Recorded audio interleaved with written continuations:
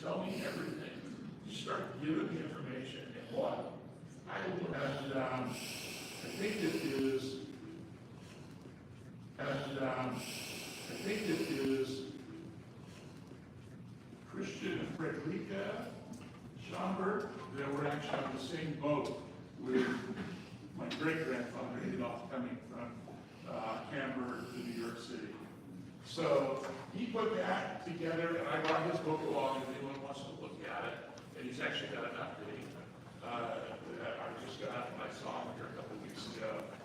But he's got a lot of dates and like a lot of history.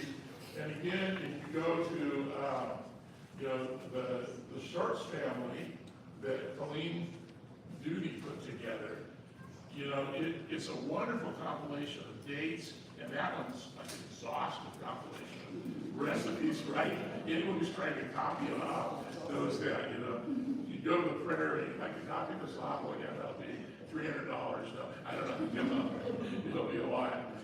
But that one really has a lot of stories. A lot of the information that came from people writing obituaries when someone passed, and they would read at a funeral. So there's that information, and that Schwartz scrapbook put all that together in really a wonderful way to do it. So that was 1992.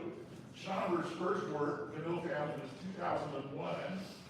And then even before that, this woman, Adeline Werner Reinke, wrote The John Werner Family in 1979. And some of you with the Schwartz Knittel plan, I can remember seeing that book on my grandparents' coffee table, the post-it table in the middle of the room, and they had that there. And it was funny. There's a guy that used to be president of the Oregon Adventist Conference of the church, and he was a Reinke. And I called him and I said, Al, are we related? Because there's this Reinke connection. And he said, well, we're from North Dakota and Canada. And he said, there were three brothers that were my grandparents.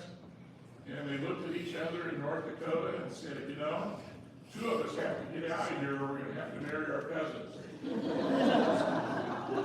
mean, you can't make stuff like this up, right? And so that's one went to Canada, the other went to Lodi, and one stayed put in North Dakota. And so Al was from the North Dakota ones. So somewhere in there, we traced that. He was probably related to us. And then what I started doing in 2020, it's a work in progress, was I started looking at all these dates. I went through the Schwartz book and the Werner book and another Knittel book, and I said, what I want to do is write a story. And not just look at these dates, but kind of figure out what was happening in the world at that time, so that you get a better idea of what they went through. Because, the truth is, these folks, these are real people. They had personalities, quirks, some were driven more than others. They were all different real people that end up feeding into what we are today. And I want to understand what they went through in their lives, what they were like as much as possible. And, I went to the Jake Knittel reunion down here in Sacramento a couple weeks ago, and someone talked about Bill Knittel, who was the oldest Knittel, and said, he was kind of cantankerous. That's what we always heard. He was cantankerous, tall and cantankerous. Okay. Maybe I resemble that remark sometimes, but that was what he was. So anyway, there's kind of the family tree and the sources.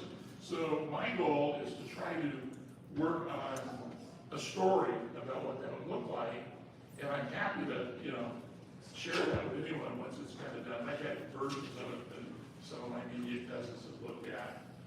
Now, the interesting thing is, you start and you try to get information about the family, and, generations pass on, so you're getting less firsthand.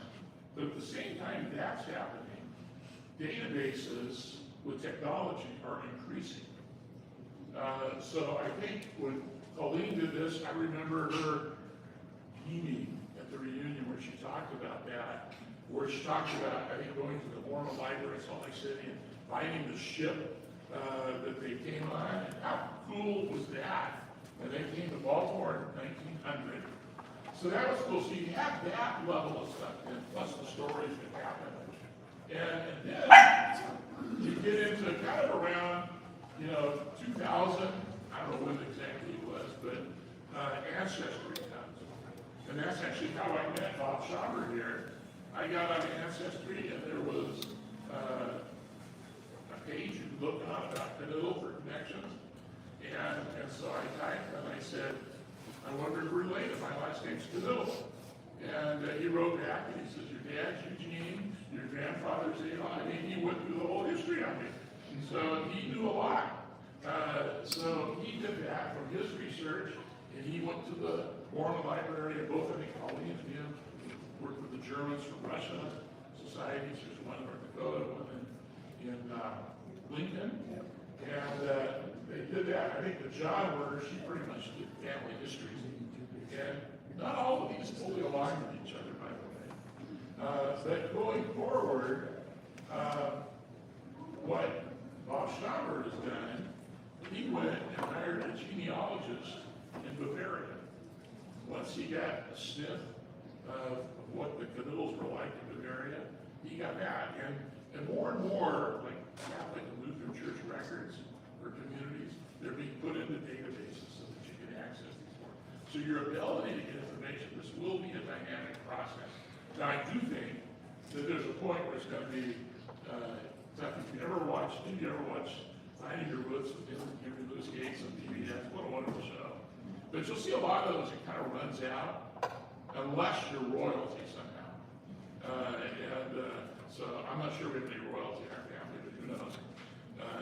When I was looking through Ancestry, I found out that there's an 8th great-grandfather on my mom's side that was the Baron of Stirling Castle in Scotland. So we were in Scotland. We went on a tour to the Stirling Castle, and I asked them, which is a picture of the Baron from Stirling Castle.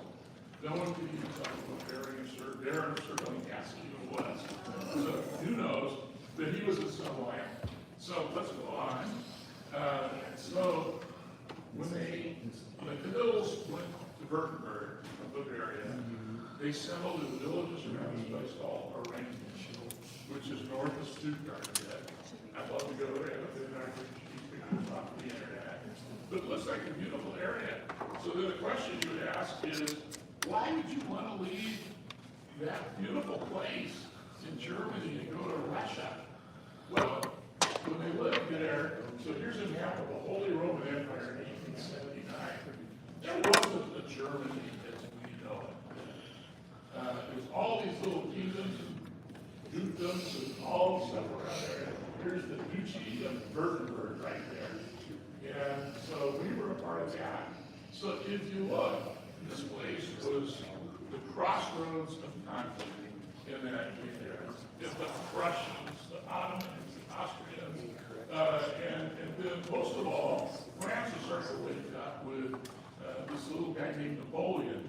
And there was just a lot of fear over what would happen, because anyone, if you live in Württemberg, the Duke of Württemberg could call your son into battle.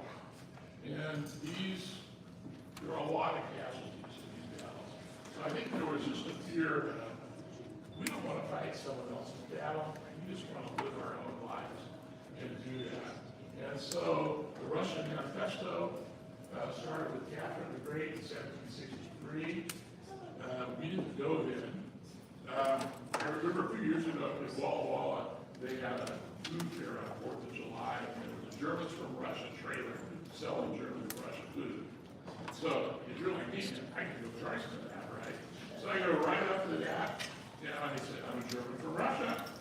And she says, she looks over and says, Volga or Black Sea German?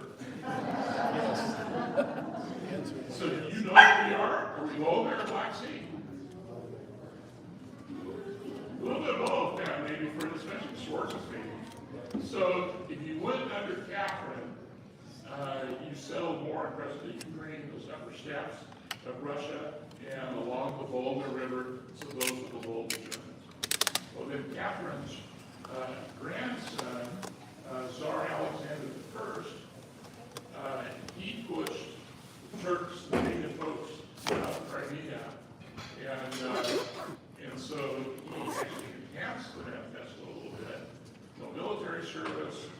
government payment to lands, a lot of good things.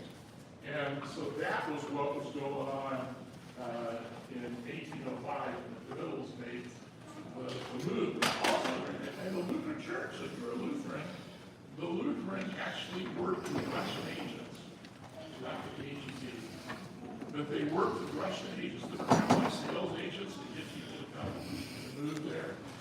And they would come and it was a missionary Lutherans to expand their church. Basically, the Lutherans would help you get to the Russian border. The Russian agent would meet you at the border, take you the rest of the way, and make sure that you got set up in Ukraine. That's what they wanted to do that. It was a little bit, you know, if you look at the American West, there's all sorts of incentives of homesteading because the government wanted people to populate these areas and do it.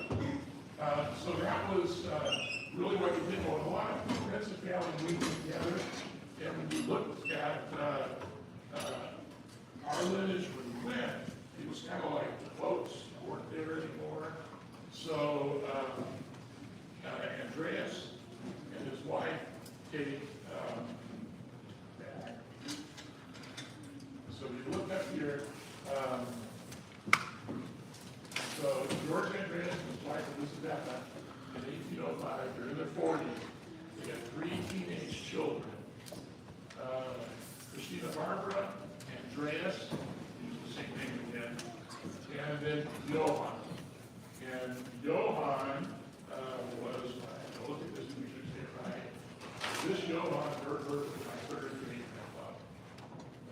So that's who made the trip. So if you look at this, then how did they get there?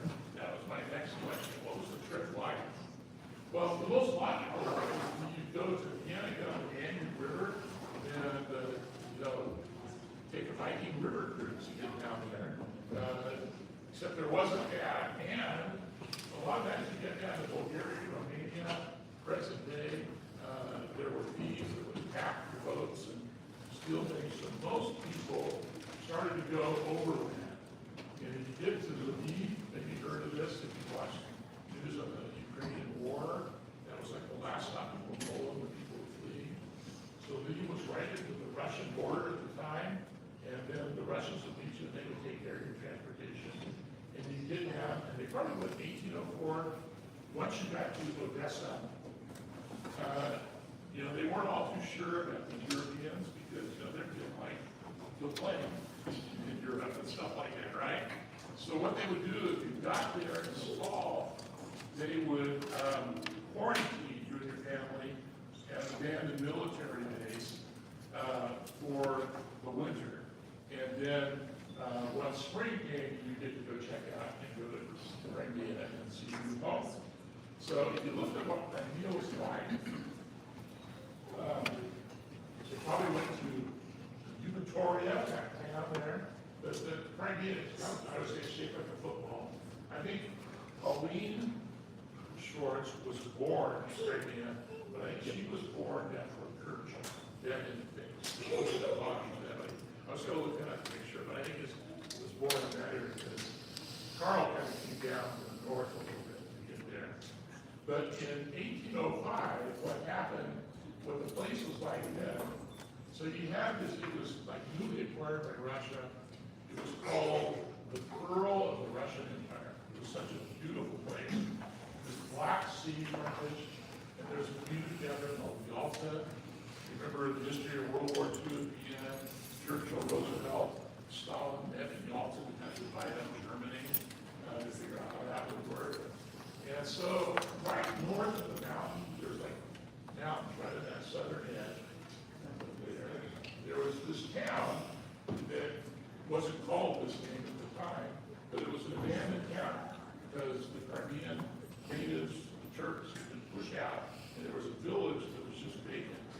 And the Russian agents kind of say, this is your place, this is your home. And so they were able then to roost there, and they named it whatever they wanted. So they named it Friedenthal. So the German people in the room, what does Friedenthal mean? Peaceful valley. It was a little valley right there, and there was another about like 10 miles away, another town called New so everyone there were German, Russian people, and those were Lutheran. They're all Lutherans in that community. So that's where they were. The big city, Sevastopol, over there, which comes into their story a bit, unfortunately. Sevastopol, until the end of the Soviet Union, was the home of the Russians underneath. So it was a good port, the best port there. And then Birchie up here was where Adolf Knittel, great-great-grandfather, or great-grandfather, where he is buried, or where he was born, at Birchie. So if they were, it's one of the place where they ended up at Birchie. I'll tell you more. So here's some pictures of Crimea. Simferopol, there's a big city, that's what it looked like in 1856. And this is a picture, New Sox just a little bit, which is a German-built house, taken in modern times, complete with a satellite dish. So some of the Germans built their own homes, and this is an example of what it looked like.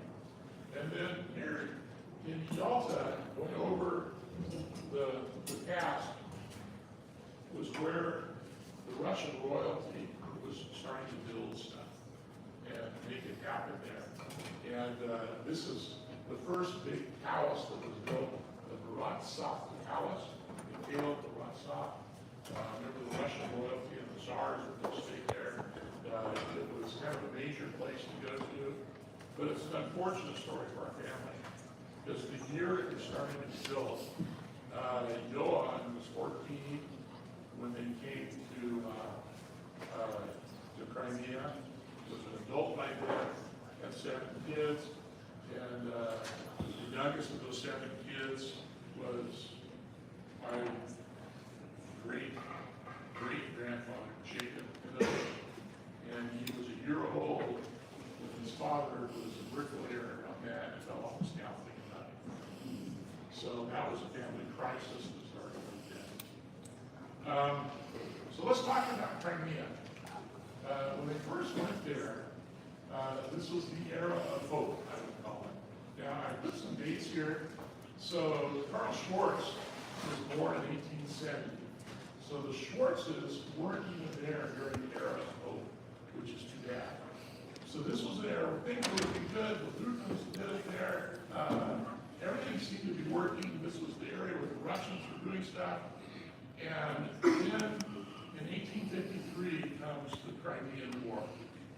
And this is really the beginning of a very dark time for Crimea. So here we leave the war. While I'm live streaming, how do I do that? Go to a place that we think is going to be peaceful, valley, free and all, and the war comes to us. And wars then, started for odd reasons. In this case, the Russian Orthodox Church felt that all Russian Orthodox people, whether you lived in Russia or not, should get under their control and rule. And so they specifically asked the Ottoman nations to make that happen, and they said no. And so the Tsar then sent troops to current Moldova and the Danube, Russian, or Ottoman provinces at the time. And of course that started the war. And when you think about Catherine the Great and her conquest of the land, and Alexander I and his conquest of the land, the rest of Europe was looking at this going, we're a little concerned about the Russians. They're getting a little too land hungry. We are worried they're going to attack us at some point. And so very quickly, the Ottomans are joined by the English and the French in the Crimean War. And they go to the siege of Sevastopol. So siege is where you just surround the place and you starve them to death. So they didn't have to surrender. And that's what happened in Sevastopol. And it ended with the Russians gave up, and they had their entire navy there to put out in the port of Sevastopol. They sunk all their own ships and then surrendered to Sevastopol. Yeah, why? So the French and the Ottomans surrounded Sevastopol? And it was the Russians that lost? Yeah, big time, yeah. And so the Crimean War too was an interesting war. I can talk a lot about a lot of this stuff. But it was an interesting war because it was the first war where you really had a telegraph. So in previous wars, you'd send your son off to war, and he could die, and you would know it for 6 months later, maybe, who knows? Well, there was like real-time telegraph stuff going back to England, and a lot of criticism of how the war too at the time. Tennyson wrote the Charge of the Light Brigade, which was a failed English attack on Sebastopol at the time. It didn't work. And the other character that came out of the Crimean War was Florence Nightingale. So it was the first time you had really a nursing approach. Where they would aggregate wounded together in a specific spot. And Florence Nightingale, every nurse has the lab or whatever around it, you go through training. And what a wonderful way how that changed medicine at that time. So the Treaty of Paris came in 1856. It was very harsh on the Russians. They had to sign that they would never have naval presence in the Black Sea again, which you all know that didn't last forever, right? But they made that promise, and they were severely cut back. They lost territory, and as a result of that, you just started having different things happening within Russia. Isolation, the world, humiliated. There was a bit of an anti-immigrant because in here we have these people amongst us living, and they get to reap the rewards of Russia, but they don't have to fight in the military. They won't defend us. What's wrong with that? And so they didn't like that, and so you end up in 1871. The manifestos from it. And the special privileges of German colonists were pretty much erased at that time. And so you have things starting to happen. Karl Schultz ended up being in Russian military with his word. Adolf's older brother Johannes served 5 years in the Russian army. So people started doing that, and there was again fear, well, what's going to happen to our sons? Are they going to take into war? Are we going to lose our family in war? And so there was really a mass exodus of German people that started right in 1871. And so things started getting worse at that time. And one of the things for the Knittels that's really bad, there's also disease and poverty, diphtheria was going around. And there was 5 days in December 1877, where 2 little boys, Adolf's younger brothers, both died within a day of diphtheria. And then in the same town, and that was Virtue. Because when the war came, they had to leave freedom hall, they moved north to kind of be safe. And then there was another 2 other cousin boys that died. They all lost 5 boys, or 3, there was 5 little boys within 5 days. Horrible. I think we should go through that. You start to want to do something different then. And of course, that all was really the path that led to all sorts of different things. And the Russian Revolution in 1917 that really changed things. So that was why you need to leave Russia. So you look at all of this. So the Schwartzes, Julius and Juliana, they come, Dennison's up more like 1860-ish, around there. They came, and they came north more, and they get down there. Karl's born, Stein, not in Crimea. And by 1888, Karl is baptized in Advent. So this is really interesting. That the Adventist Church in the Stable kind of started in 1844 with William Miller and Green Discipline and all that. You're just talking about 40 years, and you're being preached to about Adventism across the ocean. So what an interesting thing that is. He's baptized, I think the feeling was that he wasn't baptized, he wasn't Corinthian, and 2 years later,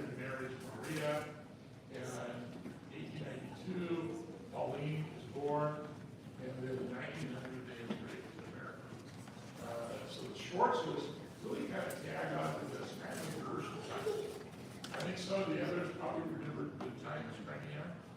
But you know, when they make these decisions to move, to have stayed, in retrospect, was the worst thing that did that. So good that they made the change to do it. So let's look at their route. Their little route, 1885. So they go, they leave Crimea, they probably go to Odessa. They then do the Danube route, you go up here, you go over that route, they start to do some train routes along Philadelphia. They get to Vienna. There's one letter that talks about they go to Volokski, and I can never find that in real life, and it's probably Slavia, probably something there. They make it all the way to Hamburg, and the story has been going is really interesting. So Adolf, great-grandfather, was and his older brother Johannes and cousins Schaber and all these folks. There's 30 of them, and they're going to go to America, go to Hamburg first, and go to America. And of those 30, 16 of them are children. And of those 16, only one is even a teenager. So you can imagine traveling that trip with the crew, really to get there.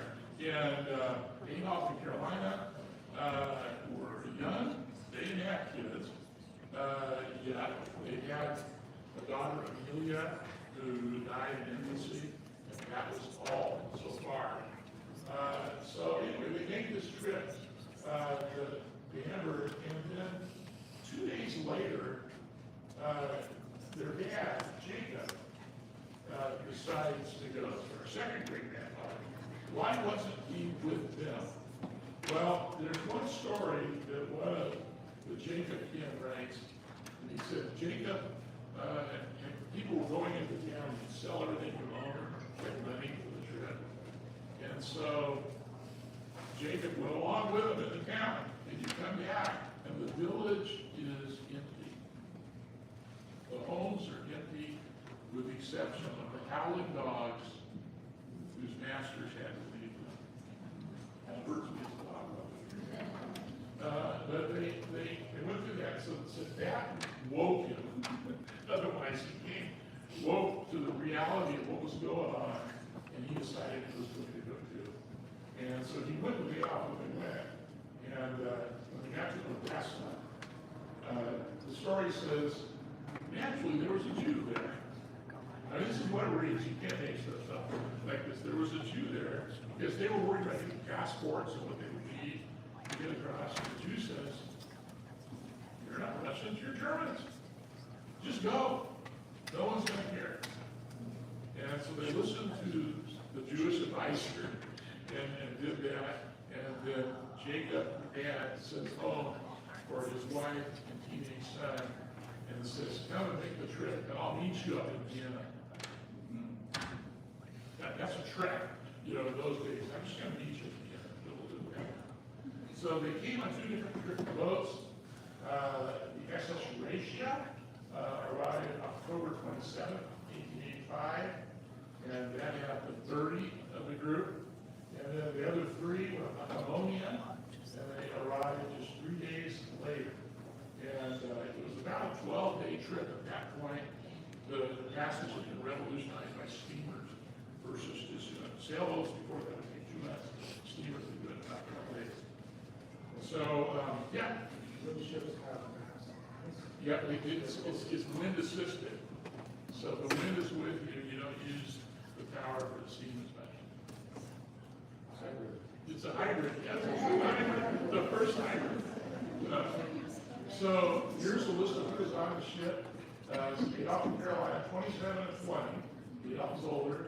And then Johann and Maria, Adolf's uncle, Jacob and Frederica, Johann's son. You just kind of go down the list of who was there. And then the other one, Jacob and Margarita, and then Wilhelm. And their scouting had been done. There was another brother of Adolf's, younger brother George, and they had sent them to Eurasia.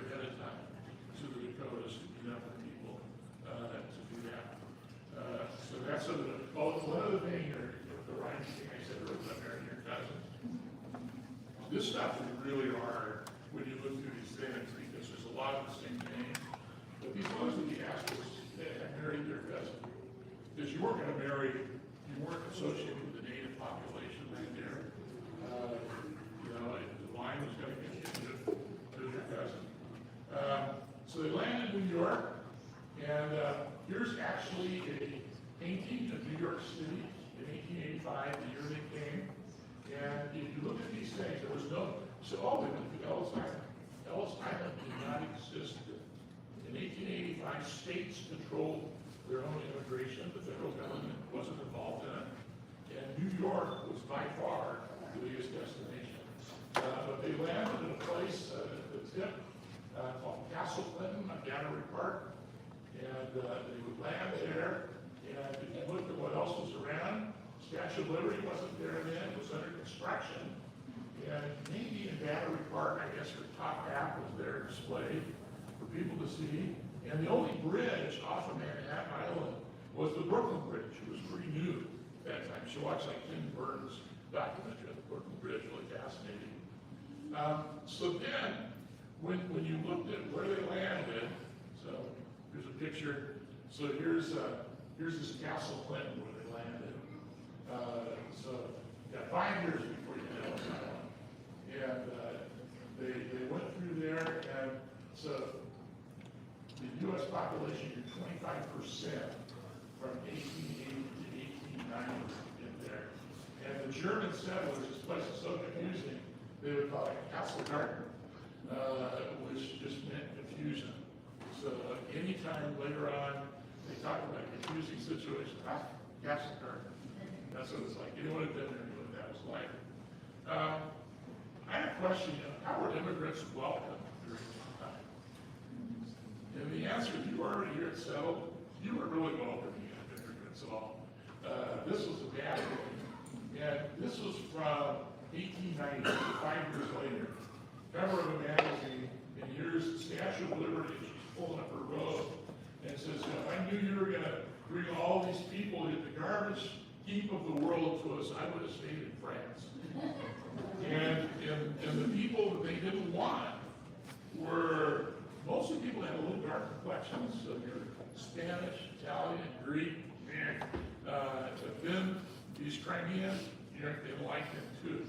But we had really an ace on our side because we had family in Dakota that were waiting for us. And it wasn't South Dakota or North Dakota, it was Dakota Territory at that time. And they were waiting for us. And so what New York would do is they employed these agents.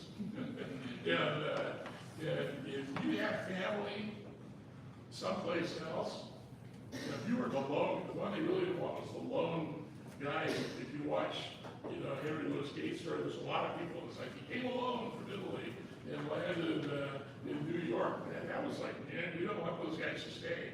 But if you have family elsewhere, so when the 30 girls come off, they're first of them, oh no. But where are you going? Well, we're going to Dakota Territory. We have family there. Well, let's get you out of New York as fast as you can.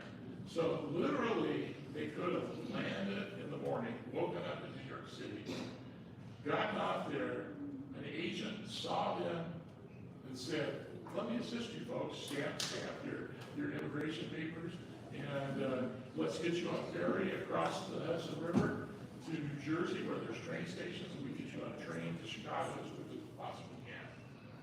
And that's what likely happened with them. And they made it very fast, and you'll see more in a second. So they go, and they make this journey across from New York, and what they probably just took a train, overnight train, from New York to Chicago. From Chicago, you got another train to Omaha, Nebraska, and then from there, you got another train up to Yankton, South Dakota, and from there, you took a wagon up to Milltown. Milltown was where people were going at the time. In fact, there's a story in the Adventist literature. Yeah, Adolf wasn't an Adventist at the time. But the stories in the Adventist literature about the largest German-speaking church in America was in Milltown, South Dakota. And that time. And the Adventist Church sent someone to write an article for the Review Herald newspaper, and he did it, and he wrote in there that I was the only American in the room. Well, they were all going to be Americans pretty quick, but that's where it was. They made it to Milltown. So it's interesting. They made it to Milltown, so they remember it was October 27 when they landed in New York. They're in Milltown October 31st, and the reason we know that is a date marker there is William Knittel is born on October 31st. So 4 days after they landed in New York, Bill Knittel was born in Dakota Territory. And that's pretty phenomenal. And you think about Carolina would have been pregnant. So you go by and you look at her grave this afternoon, you think of what that poor woman went through. And there's even a thing too, I looked, I don't have a number off the top of my head, but they had like 11 kids, I think. So, this woman was pregnant, most of her adult life. Yeah. Is it possible that morning sickness and seasickness at the same time? Well, she was a multitasker, that's for sure, right? Well, the other thing with those boats is as more and more people were making this trip, they crammed more and more people into the boats. I like about slave ships, but they were not good.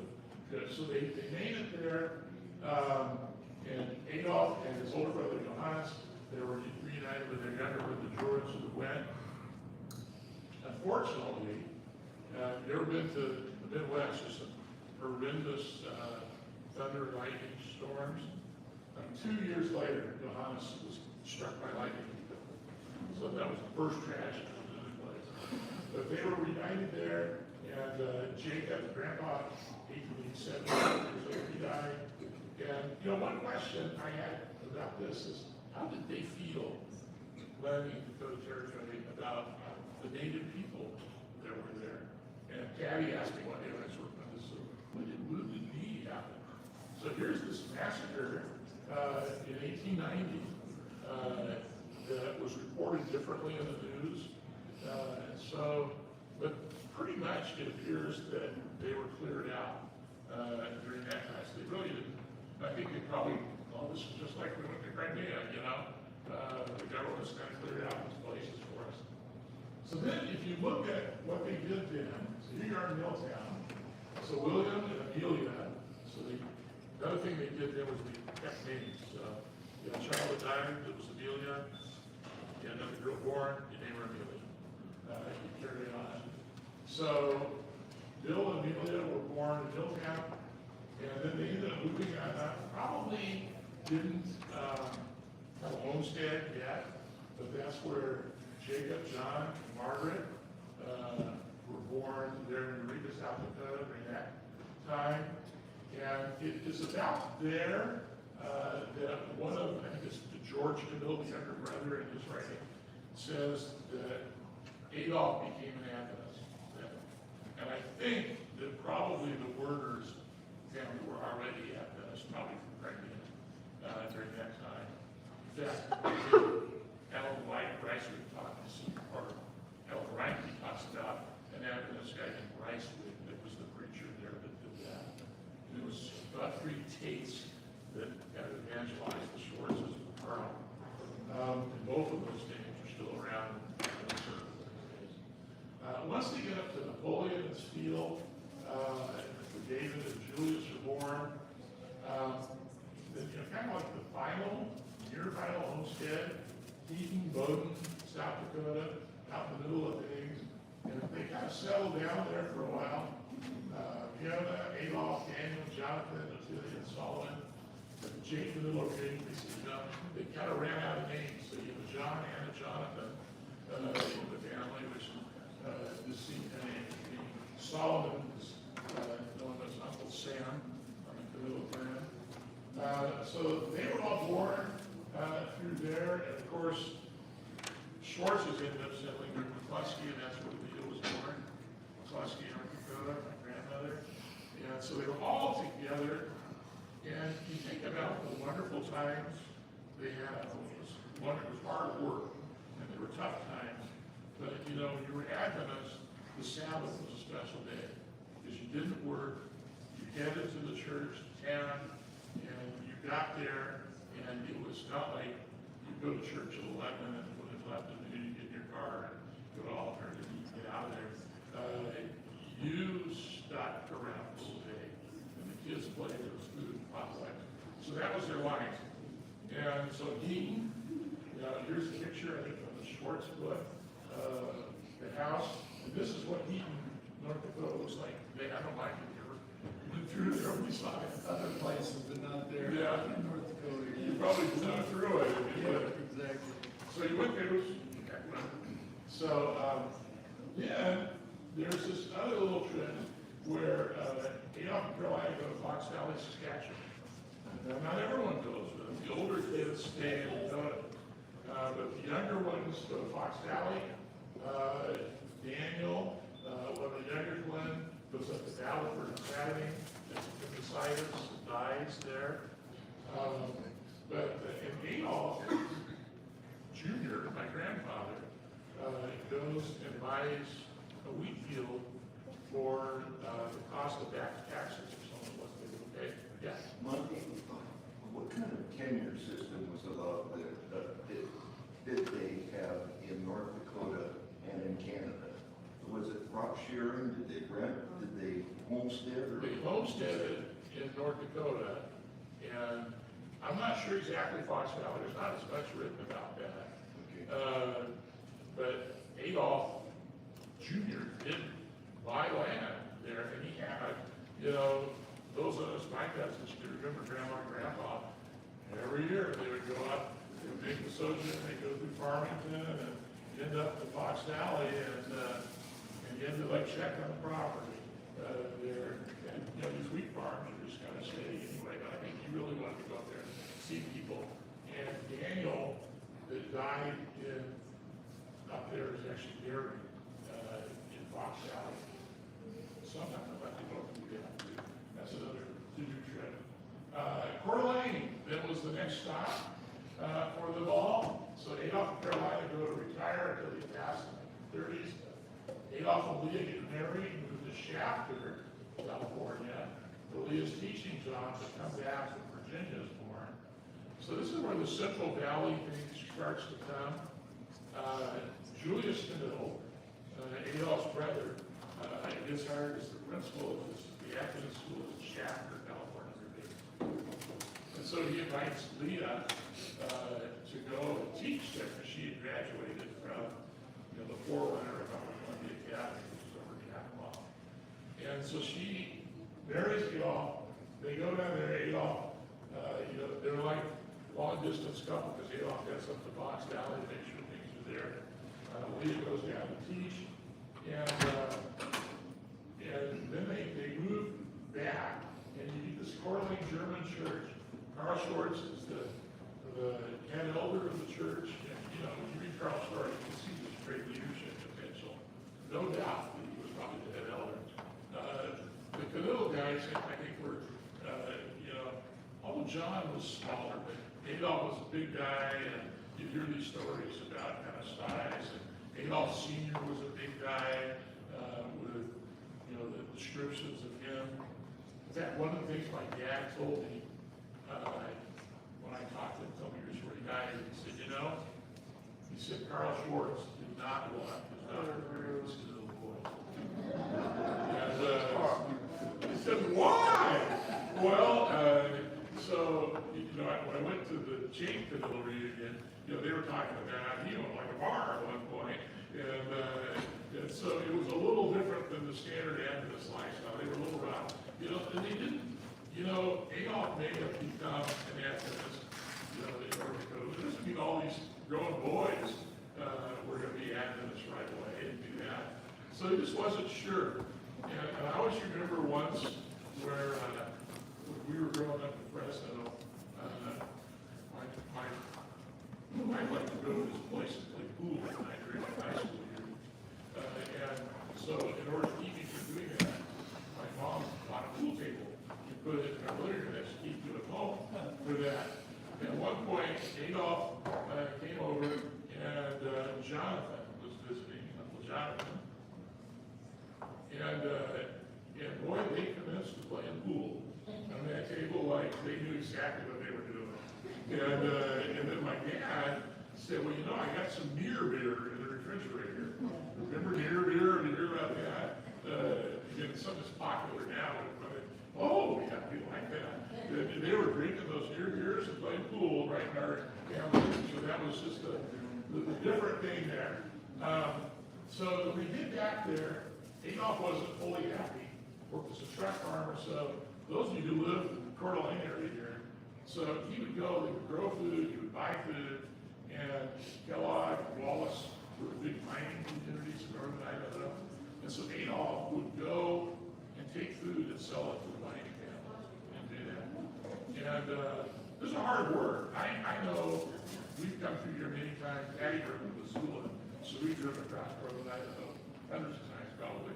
And you know, the 4th of July pass, a little nasty pass sometimes, and lookout pass or whatever. And so Adolph didn't like that. He didn't like that cold snow. And remember, he'd been down the shaft. So he had seen the promised land in Central Valley, right? I don't know if he was there when it was 110, but he had seen that, and what great farming, and he knew the winters weren't quite as bad. So he had this yearning to move. And so I won't talk about that. So in 1934, Adolph had a 1934 International pickup. She must have done well enough to buy a new pickup. His older brother John had a 1928 Chevy pickup. And you can see where the kids were. So John was older. So he had Walter was 19 at the time. I know 18, look at the age of the kids. Adolph's kids were much younger. You know, starting at 87. My dad was there 10 months old. What? She's got a really interesting side story. Yep. The story I always heard, other than Grandpa not liking the cold up there, was that his business was booming during the Prohibition years. And as soon as Prohibition ended, he would go out to these mining communities, and the wives had no money to buy. And that's There you go. a major reason why. That's a great story. He Yeah. stopped, yeah. Needed some near beer. Yeah, he needed the near beer for it. Yeah, so, yeah, and, you know, Adolph, I think, was kind of an entrepreneur with this, and how he did things, buying his land in Fox Valley. So the way my dad started poultry, I don't know if you're different, or Keith from your side, but, you know, the way my dad told the services, you know, Adolph decided he was going to leave California. And John said, well, if you go, we're going to. I heard the other way around. Okay, well, all right, there you go. Who knows who was the leader of that trip? They went, and they made this trip together. And so if you were to drive from here to Lodi today, it's like a couple-day trip, right? With good roads, you'd probably go down through Bend, Oregon, and do that. So I got to think, well, what route would they even take? Well, and they did this in November. So the way they did it, the story is that kids, the older kids rode in the back of one of the trucks. The total belongings were in the other truck. You know, now this was Depression area, you know. So if you read, you know, John Steinbeck, you know, people come from Oklahoma, there's a lot of similarities to this. You know, how did they get there? You know, I guess Danny and Eugene were too young to ride in the back. That wasn't considered safe. So they rode up front. Yeah. My youngest cousin, our youngest cousin, Eddie Walker. Still has it. He still has a trailer that they pulled behind him Yeah. in his yard. Yeah, a trailer behind one of the trailers. Not a travel trailer, it's a utility, a little. A little utility trip. I know it was the back of the truck, but anyway, that would make more sense. So I started listening, how would you even get there? How would you get there? Well, first of all, you got to cross either the Snake or the Columbia, right? To get there. So how many bridges were over those two rivers in 1934? The Columbia had a bridge, the Interstate Bridge in Portland, the Bridge of the Gods was there. That was it. And the Snake had the newly minted Bridge of Lewiston that went across. So I'm guessing they probably went and did that. Because other than that, you would have had to find a stop along the river and take a ferry across. And there were ferries, so they could have done that. And then I thought, okay, you went down through Central Oregon, you know, Highway 97. there was a Highway 97 then, but it was gravel with one lane, hard to pass. So I'm thinking they probably cruised through the gorge and maybe went down the 99 from Portland to Kelowna. I don't know. But it's just an interesting thing. I don't know how long it took them, and this is where there's questions I have now, but none of those folks are around. My dad was the last one alive that was on that trip, and of course, he was the toddler that he knew nothing. I'm about to wrap up, all day thing here. So anyway, you can see some of the mileages of the places they went. And so Adolph goes to Madeira. And that's where my dad told me a really interesting story there. I said, well, how do they go to Madeira? Why Madeira? Or why John go to Chinchilla? Why Madeira? He says, well, the story with Madeira is Adolph goes in. You remember how you go to Fox Valley, back taxes, he gets property. This is the Depression. And I don't know if he went to the county agents coming down the valley, but he goes into the county agent of Madeira, and he said, you got any property to pick up for back taxes? And they said, well, we do have one, the Miller Lunch Ranch. And so he says, well, can we go see it? So he goes out to look at it, and so this ranch is people living in it that were renting it, and they weren't the owners. And they were not happy. They have someone that might buy this place. So they stay, over the weekend, and they go to the Adventist church. And who should they find in the Adventist church? This family that was living in the house.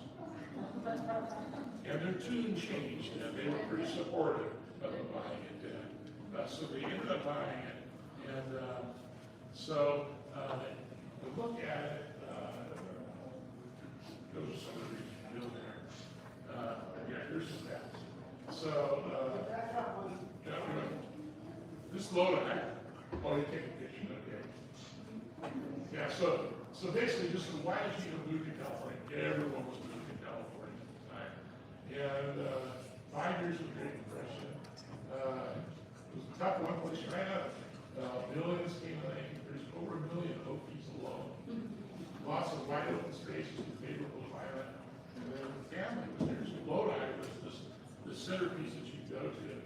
So then if you go look at, they're told this is New York, 38 miles. Jamie's born in Lodi in 1939, so Leo's went back up there. Albert was in that. But they bought the Miller Lunch Ranch for $4,700. And then the other story my dad told was they sit down there. So I don't know if Leo was even with Adolph when he first did this, but they go down there to make the food, and Leah goes into the county welfare office of Madera County, California. I was born in Madera County, so that was my thing. And she says, here's a list of things we need to start our home. And they asked some questions of the welfare place. Okay, we loaded her up. She went out to the farm. The welfare lady then decides to, go check this out, see what these people are really about. And so she drives on out to the farm and finds Leah in full cooking for dinner. It was a Friday evening. And as, I remember my grandmother Leah stayed with us for dinner. And so the county welfare agent stays for dinner with the Knittels in Madeira that first night there. So just what a start to do that, and then it only went up, and I just put a couple other statistics there. I always thought this was interesting. Adolph took a loan of $1,500 to build a new church in Madeira. That's how dedicated you were then. It wasn't like what money we had out to the loan. And then there was always a story of one of my uncles and uncles, Claude Fisher. When they came to him, Claude was a real slow talker kind of guy. And the Fishers had come from Oklahoma. And he said, well, we need a donation to the church. He goes, I said, well, I'll do whatever Brother Phil will do. And so then when he found out it was $1,500, I'm like, whoa. So anyway, that's what they did. So here's 1959. And I love this photo. So we have a couple of us here. So there's Pam, there's me, Jill, or as Adolf always, if your name started with a J, it was pronounced with a CH. So she's Chill, Chewy, her sister. Was always there. There was me, Jill, and we were all there. And I just look at this, and pretty much, if you look at that generation, I always thought my grandparents were old. But, I'm older today than Adolf was then. So it's like, ooh. That starts to get scary. Adolf, Eugene, Armando, Jamie, and Leslie, and Virginia, Angie over here. And it's always Don Charlie. So, anyway, that's a little bit, and I even consider our tree still grows. Because, our son Jason's here, grandson Indigo is here, so it still grows. And then, if you've ever seen this Disney movie, Coco, cartoon movie, it's an interesting movie, and it talks about the Dia de los Muertos in Mexico that they celebrate. And we won't go into the theology of everything or anything, but what they do is revere those who have gone before you. And so, when you think of this whole story, and standing yesterday at the cemetery in Farmington, these are people that went before us that made incredible risky decisions to do these things. And without it, our lives would be completely different. And they were people, they loved people. We just need to remember them for what they meant to us. Thank you.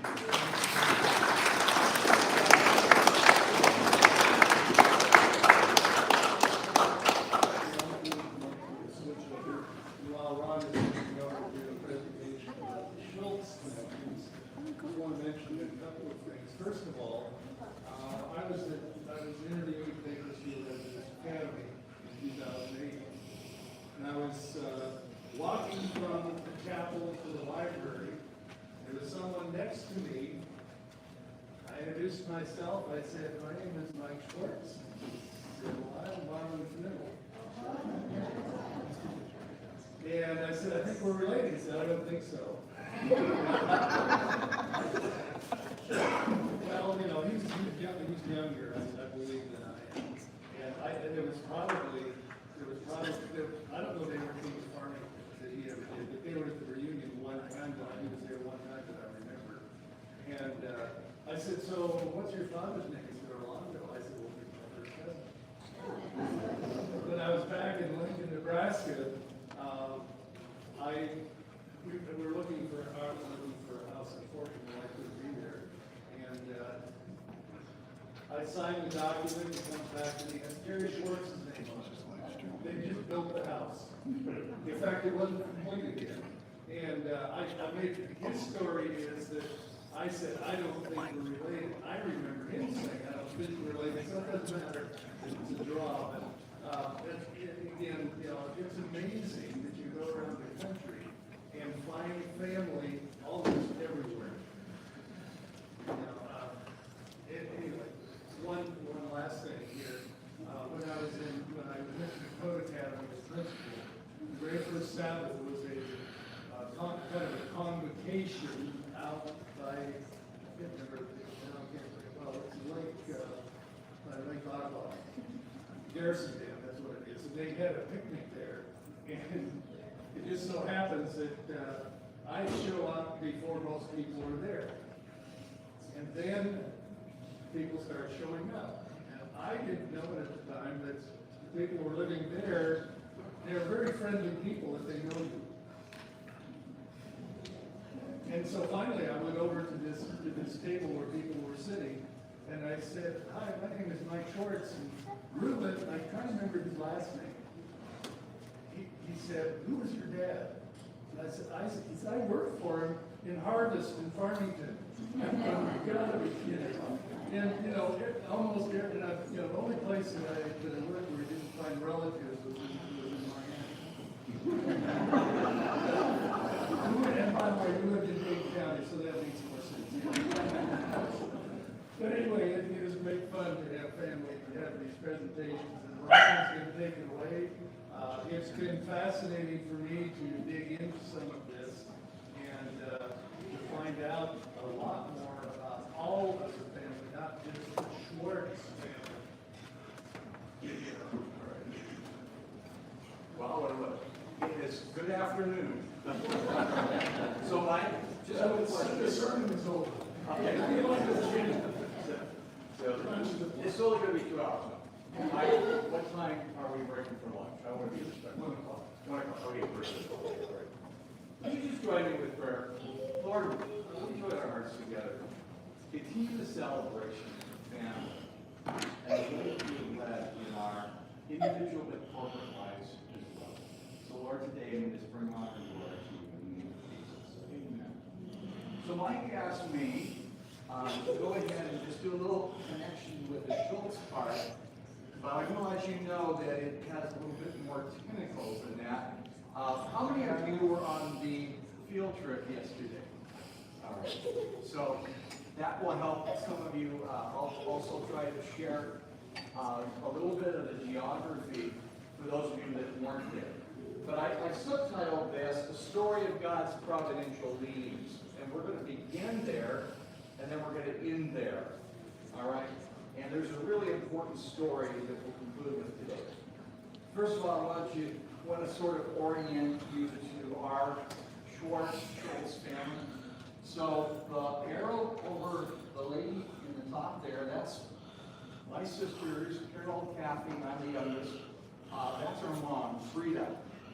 And like almost any German name, you just see it spelled different ways, but the correct spelling is F-R-E-D-A.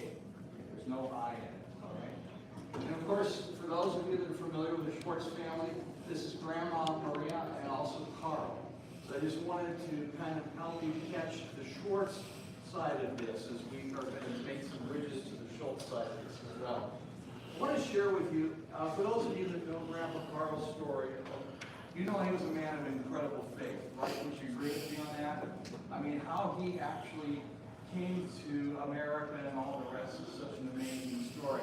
And one of the things I like to think about is sort of a life text. Now, I was 4 months old when Grandpa Carl died.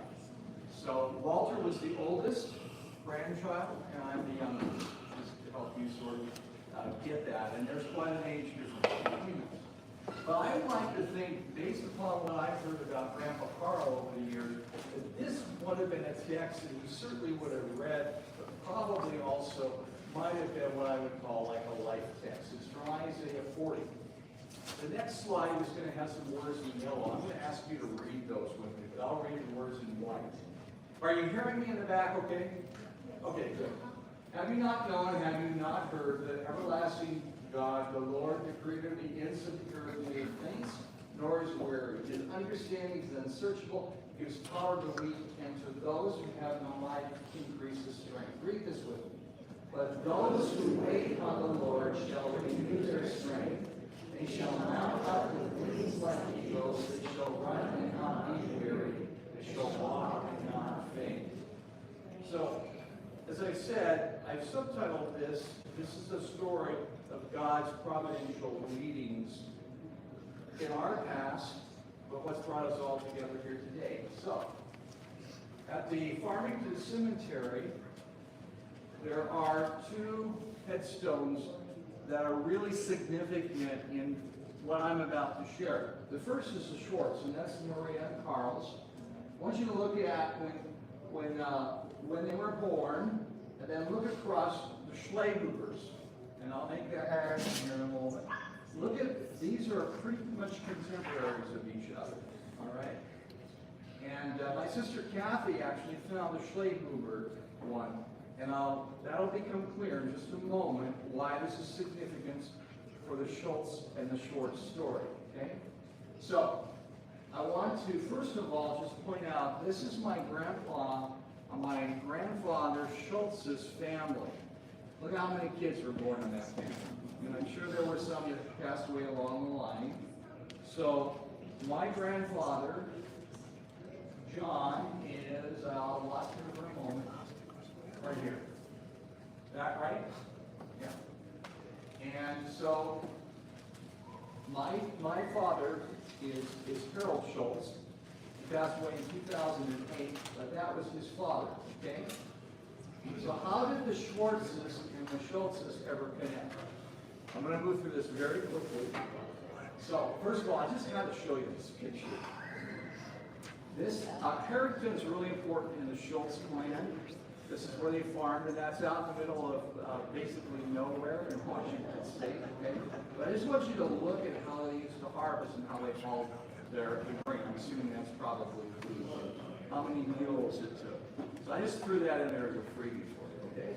All right. So this is my grandfather, my dad's father, John and Bertha Schlehuber Schultz. My grandmother was a Schlehuber, all right? And that's how my parents came to connect from the Schwartz and the Schultz side, all right? This is a picture of my parents when they were married, Frida and Harold Schultz. And then again, these are my siblings here, Harold, Kathy, and Ron.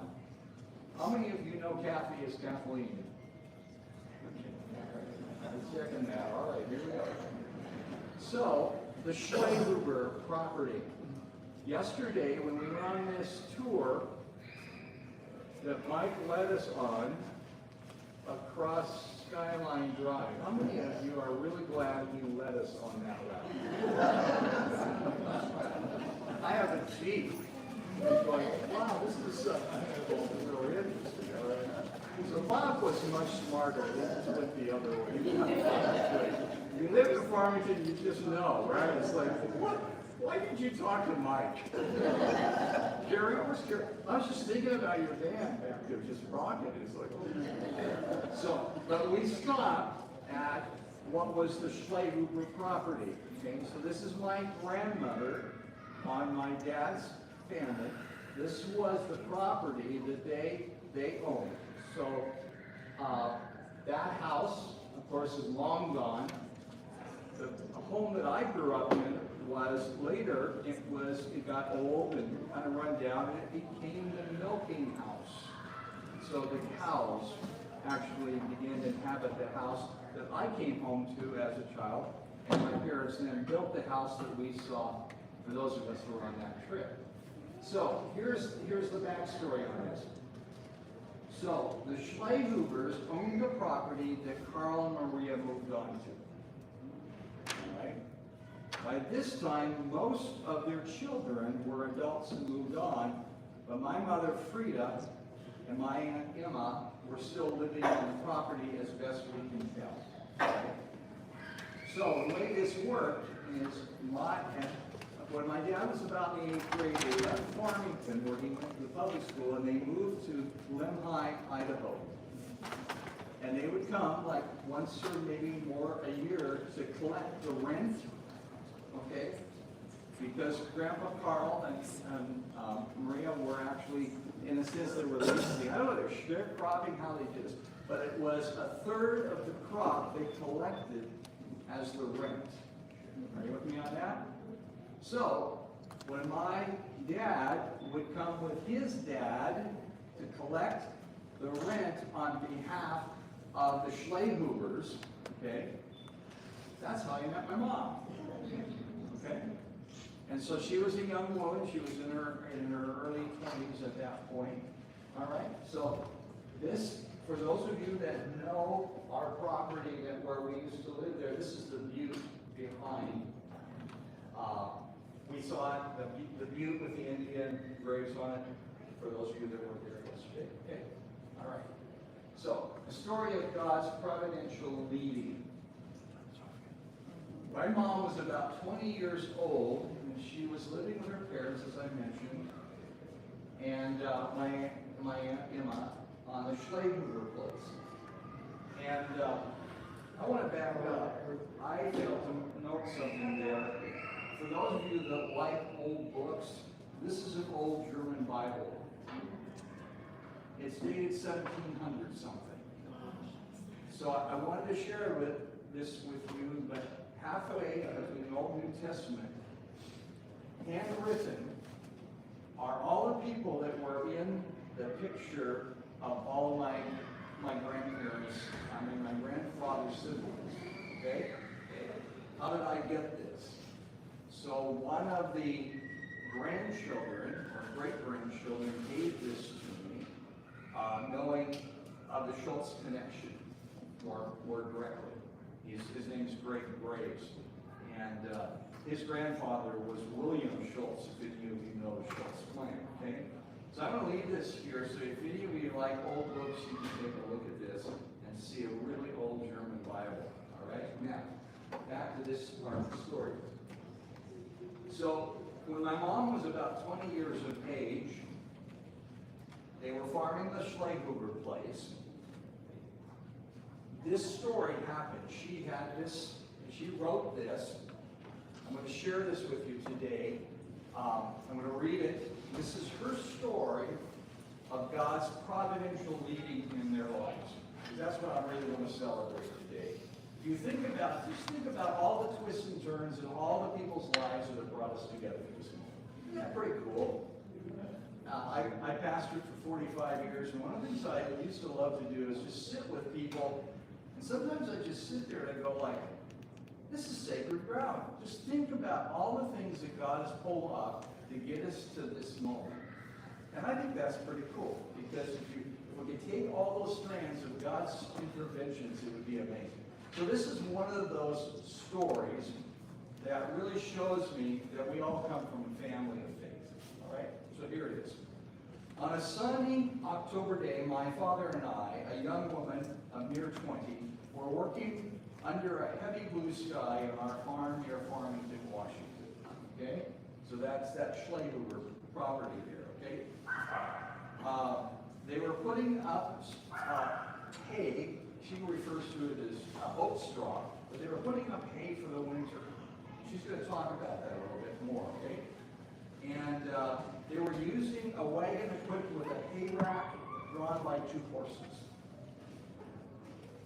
Mother, that's Maria, came running, pointing frantically northward. Now, for those who were on the tour yesterday, when we turned right to go up Mike's Road, keep hammering that on. We went up Skyline Drive. When we turned right there, that's where the fire was coming from. Over that area. Okay? She was so anxious that I calmly told her, Mother, you're worried without reason. Inexperience kept me from understanding her panic. But Mother and Father knew what they were in for, because what was coming over the hill was this fire. Father quickly unhitched the horses and hooked them onto one share walking plow. That's what it's called. Never heard of this before. As he instructed me to take a shovel and some wet sacks and follow him. I suggested notifying our neighbors on the adjacent farm. After doing so, joined my father in the field. But I'm just talking to my sisters. Do we ever know what neighbor that was? I just wondered about that. The wind had been blowing from the north, but now shifted northwest, carrying the inferno directly toward the stubble field and toward our winter supply of hay, a stack 80 feet long, 15 feet wide, and standing 20 feet high. We battled the fire in the neighbor's field all afternoon. Suddenly and very inexplicably, the fire engulfed a green apple tree near the boundary of our 2 properties. It, seemingly possessed and determined to devour it, furiously concentrated on the tree for a short time. This gave my father time to plow several furrows around the haystack. By the way, if you've ever dealt with wildfires like this, a couple furrows around a haystack isn't probably going to accomplish a whole lot. They were trying. As the fire began rushing relentlessly toward the haystack, my father called out loud to God, and he prayed this prayer in German and we did read English. God, save our hay. Immediately the fire parted, going around either side of the stack, coming together on the other side, raging furiously on until it reached the main highway. Some sparks did fall on the plowed furrows, but we were easily put out. My father sent me home with the horses, plow and all. Naturally, Mom, or Mother, was worried when she saw me returning home alone and asked where Father was. My mom said, I don't know, was my exhausted reply. He only told me to come home. Finally at dark, tired and weary, Father dragged home. I remember he and Mother talked quietly, but I never knew what he said. He was so exhausted that he became ill, and the doctor asked him to rest, listen to this, for an entire year. That must have been a very emotionally exhausting experience for me. My mom goes on to say, I thank God for my loving and God-fearing parents who now are sleeping in Jesus, waiting for his return. And I thank God also for the lesson of obedience they taught me for him, showing me that he still performs miracles for those who trust him, who call on his name. This story, by the way, was written up by my mom in several ways. This appeared in what is the North Pacific Evening Gleaner. And I want to thank my wife because we were trying to come up with a story, and she remembered that Mom had written this. And thank God for Google. It was very quick. You actually find it.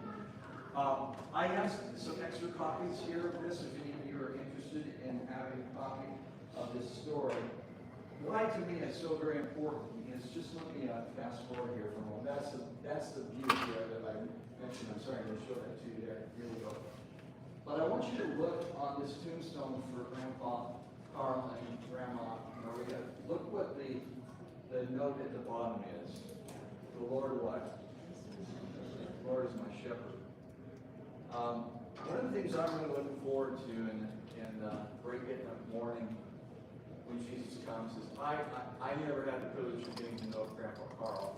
But as I've heard all the things that he did, I've heard what he speaks 8 languages, something like that, or dialects. He was a leader in churches. This is a man of profound faith. And the influences that he had on others, I really think could be summarized as what's there.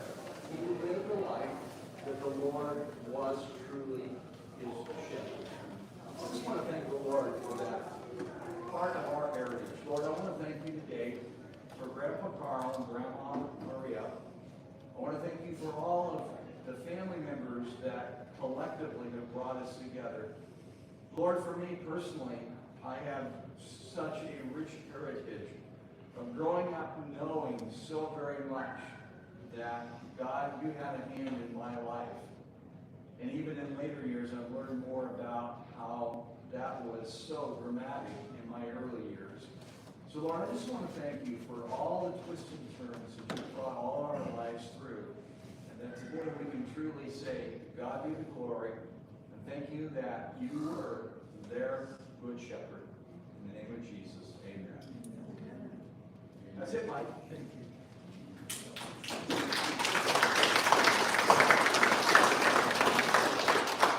And I commented about the sermon being over there, not here. Yes.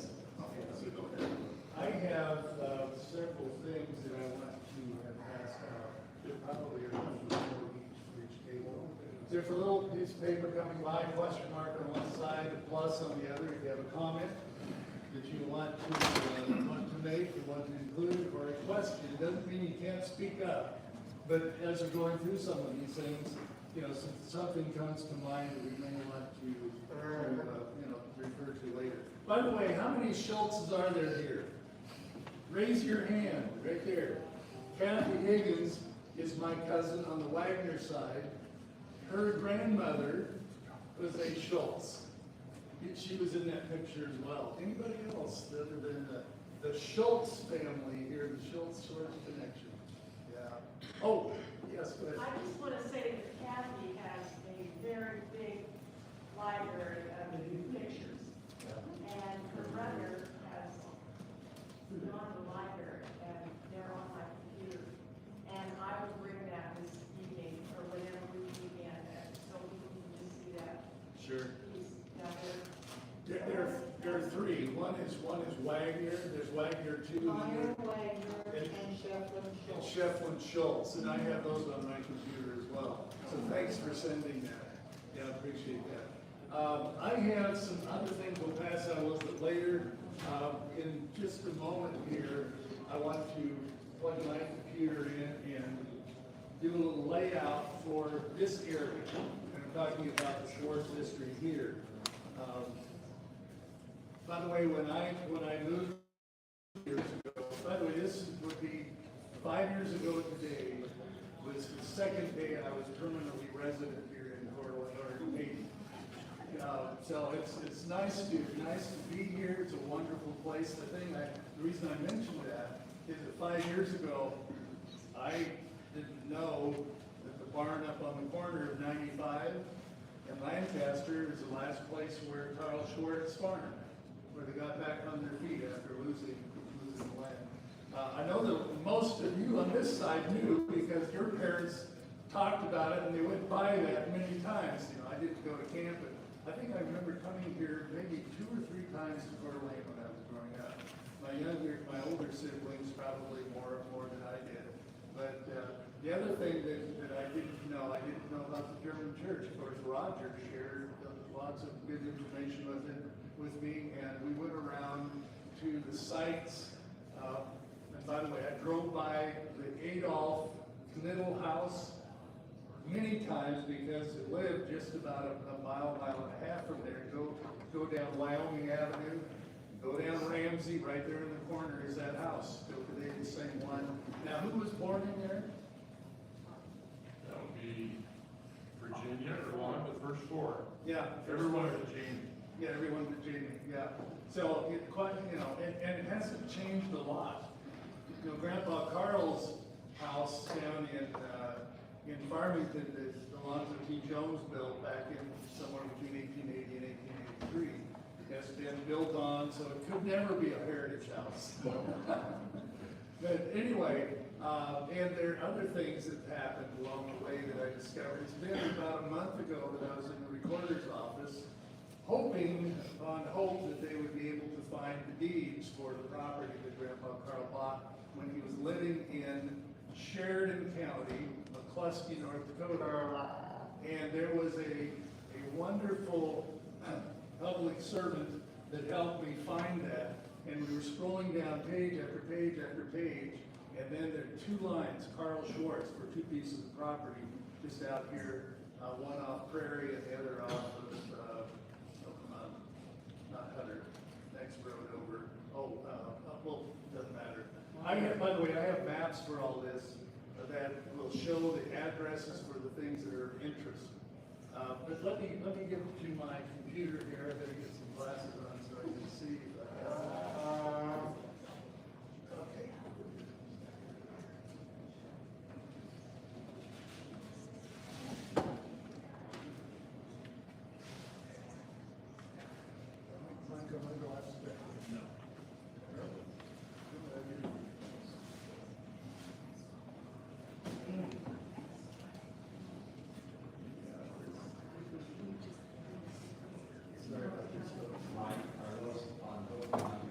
Probably.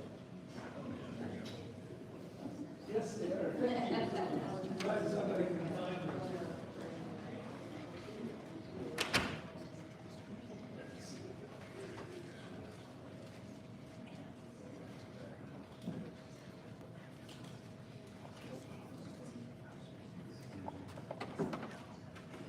Let's see. Here we go. These are the sites in this area. Schwartz and Coeur d'Alene, Post Falls. By the way, how many of you grew up having your parents tell you that it was Dalton Garden where you lived? Didn't. That's where the church was that they attended, and I'll show you the map here in a moment. They attended the church, they attended the public school in Dalton Gardens from 1921 to 1924.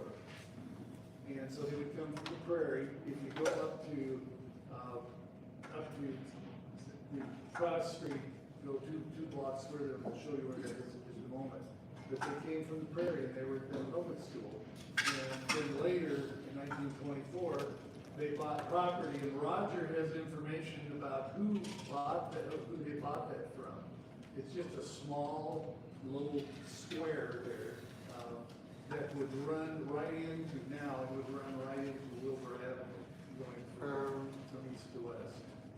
So a family that had a farm there, needed that land, and they purchased that apparently. Is that right, Roger? Okay. All right, well, let's get the show going here. So, yeah, the next slide, if you see right here, I don't know my clicker going here, see where the CDA church is, Cortland Church? This is where we are. South of us and to the east is the high school that we attended. Down here is where it is said, and I don't know if it's true or not, because I believe they were going to Post Falls and not to Coeur d'Alene. They could have come here too. But she sold butter and cream to, the establishment. By the way, at this time, how many people do you think were living in Coeur d'Alene? I was shocked. Over 6,000. At one point, it had been 9,000. And then it dropped. But I was thinking, 600, 700. When you read the stories, it's like there was one store in town, much like it was in Post Falls. Anyway, moving on. These are the areas up here. We'll just go through these quickly. This is where the church is at, here on Hanley, and I can't see Mount Carroll is where the school is. Obviously, the building is long gone, but I do have some pictures if anybody wants to see them of that. This is the Prairie View Cemetery, where the church was built, and that's where Grandpa Carl was head elder in 1921, in Dalton Gardens Elementary School, and then here's the church. I do have with me 2 copies, and I can make them available by email, anybody. This is called Times Past, written by Rose Shearer, and Roger gave these to me. And I have it on my computer, and I'm gonna print a few off. I don't have 500 pages of paper with me, but I can print some off. I would also email it. But this is the story of the German church and those that are interred there, and the families. So, there isn't anybody from the Carl Schwartz family interred there. And yet the list of people who were there at the German church is in here, because it's not just about the cemetery, not just about the church, it's about both. So anyway, there are 2 here. If anybody is excited about it, you can have those. Moving on, and by the way, the little handout that I'm going to give you, a little quarter sheet, has his addresses on it for later. Yes? So I missed something. At what point in Carl's life was he over here in the Hayden area? Okay, so they moved here in 1920. He was in Sharon, and I'll show you the deeds in just a moment. No, North Dakota. I'll get to the deeds in just a moment. But the deeds were actually, he was in Sheridan County, McCluskey. You can see it on the deeds at the time that he bought the 2 properties that we have the deeds for. The next one up here is, now let's go up here to Adolf Knittel. This is on the corner of Wyoming. The airport is right here. I live about right there. And then right here is where the barn is. That's where the barn is, up there, that is held up by politicians' banners these days. And it's still there. By the way, the Benz family bought that in the 1940s. I have, communicated with her through Facebook. She knows nothing about previous, and we have no records because it was leased land. It was not purchased land after they lost the farm. So we have Adolf Knittel, Carl Schwartz leased up here, and I don't know how many years. If somebody does, it'd be wonderful to know. But the deeds that he had, or that I have, are for this property right here, 5705 Westbury Avenue. There's a road here, what's it called? My goodness, my brain is frozen. It's a common name, but anyway, there's a little road there, just to the east. They had 30 acres there, I'll show you the schematic of that. And then down here is the other piece. One thing that you would not know from this is that this is the inland electric line. The train went between these two pieces of property, it's right there. If you go out there today, when you come here to North Meyer Road, which is where the property was to the west, there is, I'm told that the building is still, has some original pieces to it. And so very likely, if grandma came into Coeur d'Alene with cheese, with butter and cream, she could have easily gotten on there and come on in. In fact, they could have even gone to church on the train, although I doubt they would have, because there was a depot out on Hanley as well. So these properties, the other thing I would mention here is the Prairie School is still there. I was told that it was not, and about a week ago I was driving by, and it had the building on either end, east and west, has a little half dome window about this high. And I've read by, I saw that, you gotta be kidding, that's the building still. Now, the reality is, I don't think none of them went to school there because it had burned just months, or the building had burned just months before they arrived. And that building that's there now is the one that they built in 1930, and they left here in 1929. But it is in the site. Aunt Emma says that there is a building that she went to school in. There isn't any evidence to that, but very possible, some family history is true. And some of it we remember differently. Anyway, this is, if you notice here, the school they went to was probably out here somewhere, but the property, those 30 acres at one time and still today, are right there, right across the road. So prime place, so he had a really good agent. The only problem was that when they got here, they said there's plenty of water. What they didn't tell them is how much it cost. There was water, the water was brought from all the way from Hayden Lake on the prairie, and that's where the orchards were. And so they, probably a year, 2, 3 years, I don't know how long it was. I don't know that I never had anybody tell me how long they were on those two plots. But the reality is that they lost the farm. And they went up to Lancaster, and went there to the top there, and where the barn is, they had at least 80 acres, could have been 160, I don't know. There's no record to know that. But that's where they got 500 feet, and again, eventually in 1929, moved down to Farmington. Moving on here. Well, that's the Prairie School, that's an old picture, like that. And these are the beans. You can't see it, I can't see it either because it's really small, but this is the one for the 30 acres. This is the one for the 40 acres. If you look at the top of it, here's Sheridan County. And it only has Carl, of course, at that time, Wyndham's names weren't included unless they were on a deed already. And the husband and wife that sold this to them, sold to Grandpa Carl, both names were on it. So, they were ahead of the Germans, I guess. So this is the property. One up here is the one that was near the Prairie School. This is the one that's down south. And again, there's about, if you look at this is 640 acres here. Okay, so it's just across the way. They probably walked across the farmer's field, or maybe a little bit down the road. And again, I pointed this out earlier. This is the Inland Empire electric line, and it just kept going all the way to Coeur d'Alene. Next one. This is, by the way, this is a video. Let's see if it will play. I moved the camera a little fast, but that had been 30 acres to the west. That's north, and then, looking east and then south. So this is where I'm assuming this is where the orchard was, but it could have been the other block. So this is on Daisy Lane, there you go, I wonder if I didn't remember, I didn't have a realtor named Daisy.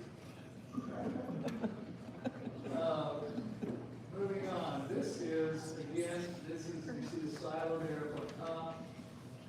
This is very likely where the house was, in the barns when they moved. And this is Daisy Lane here, this is the property up there, and of course, Prairie School down there somewhere. So moving to the next one, again, the same configuration we had before. Then this is where they are building houses as we speak. I went down there and going, okay, exactly where is this, and found it, and was talking to the people there. They were quite fascinating that they were building on my grandpa's farm. This is what I was referring to earlier, times past. This was the church that was built the spring and summer of 1924. Written by Rose Shear. Again, I have this on, I can send it electronically. These are the members. See any names there? Do you see any misspelled names?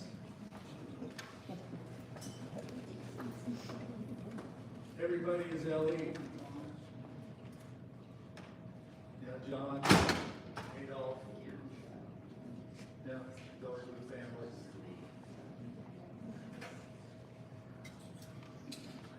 You notice Gideon. So what was Gideon's wife's name? Yeah, I was joking with people that were having breakfast in church, and I said, how can I get rid of those hippopotami? And they said, well, one of them's Tilly. I said, you mean Aunt Tilly? That one must be Uncle Gideon then. But anyway, so you see all the Troutmans and Mosgian, because by the way, there are a lot of names there that I got acquainted with in North Dakota, had students by those last names when I was principal there for 5 years. So quite fascinating. That's Lydia Madden. In the elementary school, that building is long gone. And then that's where the cemetery and the church is. I think Rose Shearer says that this is a picture on the day when they dedicated the church. You notice there is snow on the ground, and it accentuated a little bit because of pixelation, but there definitely was snow on the ground that day, so that was kind of a dedication because it was sometime in July, if I remember right.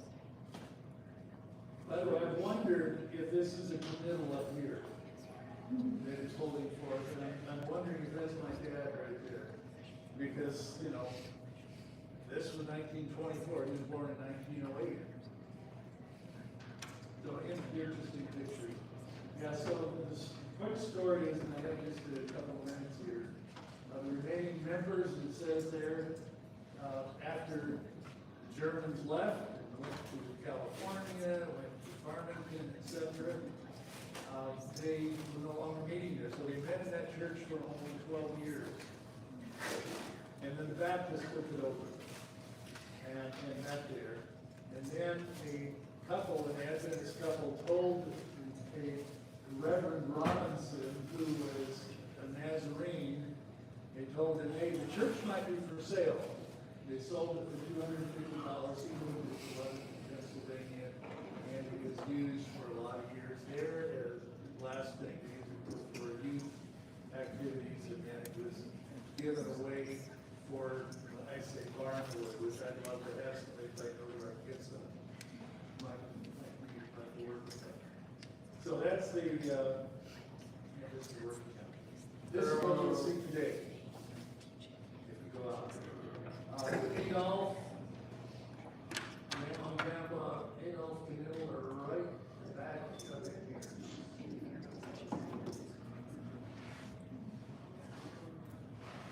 And then here's the house. There are other pictures that it's a different color, but that's 1610 Wyoming. That's the north side of the barn that my dad probably had, no doubt, of course. In fact, he tells the story when he was, still a teenager. that he hooked up, he had hooked up, horses to some kind of a skid mechanism. They were breaking rock for the Rimrock Road out that goes up to Mylan. Those who've been around the old one, it was really kind of difficult to get up. They changed it so it's straightened down now. But he helped with that Rimrock Road. And of course, he was just across the, I mean, it was less than about a quarter mile from there, where that barn is. Now, this is where he was up in there. And anyway, so that's the property, and whether that was 80 acres or 160, I have no idea. And that's again on the corner of 95. And that's what I mentioned about the Dents family. If you go to the far end of that property, farther north, it's Dents Road. And the family no longer owns it. These are the addresses, and again, I have those on a little border sheet we'll hand out there at lunchtime. And I want to just share this real quickly. This is North Dakota. I was principal at Dakota Academy from 1996 to 2001. That's like Carol and me in front of Grandpa's barn. Built 1970. And then this is probably where the house was. By the way, when we went there, no one was around. I was there one other time, no one was around. They lived there, but they were probably, going to Costco or something. If we had one. But the name on the mailbox was Axt, A-X-T. Gotta be some kind of family connection. But yeah, so that's where, I believe this is where the sod house was, but it could have been another place, because Grandpa Carl bought and sold, by the time he left here, it's 640 acres. But just plus, by the way, somewhere I have the railroad spike from the old railroad too. In North Dakota, was he using powered equipment, or was this all horse-drawn? Well, horse ground. Yep. 640. And with what was called a foot burner, which was wood, and then they had, and all of a sudden I can't remember the other term they used, but it was just, it was basically like a steel plow. But, and again, my dad talked about, it's called foot burner for a reason, because he was only like 8 years old when that was going. Yeah. By the way, my dad only went to the 8th grade. I think I know the reason why. They were working on the farm. Our grandma, probably was only in third grade. She was the oldest child, and she had to talk with the young ones. Yeah. Third grade. Yeah. Well, I had heard earlier that my dad was only, went through third grade as well, but I don't know if he went through eighth grade. I did find, and I don't have it here, I don't think, hold on, I want to show this picture as well. Anybody know these people? Yes. Yeah. Football. Yeah. So we went up there, I was again, Terry and my sister Judy, and Garrett is down, the little guy, and then that must be Emily in arms. Yeah. So we're standing in front of Grandpa's barn. I think it was like 97, it could have been 96, I don't remember. No, it was 97. She was like Okay. 2 months old, That's maybe. that's what I thought. And then this is one with me and Judy and the kids. That's where you went up into the barn and pulled Oh, out yes, the thank you. square nail. Oh my goodness, let me share this. There was so much flax and whatever that went through that barn. The rough wood lumber that they had probably was 4 inches to begin with. It was in some places only 2.5 inches wide with cracks in between. And I remember, I don't think I was in my suit that time. One time I was up in there and we're just going, my goodness, think of all the work and the labor. And, we're talking about, now mechanized, back then not at all. That's the end of that. Let me just do this. We have about 7 minutes before we start. We'll do the pictures after lunch because we're just a few minutes before lunch. That piece of paper again that Mike, my son, passed out to you. If you have things to write on there like, hey, please spell my name correctly. Or, yeah, there you go. Or, addition, by the way, if there is someone here that does not have a name there, write on there, give it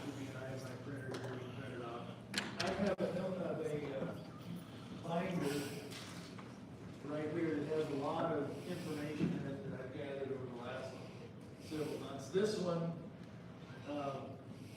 by the way, I'm involved with Upper Columbia County as a volunteer on the chair of the Master Plan Building Committee. And with that, I got into the history, and all of a sudden, things started popping out of the woodwork. I got a message from one of the committee members saying, I just saw this in my dad's things, he just passed away.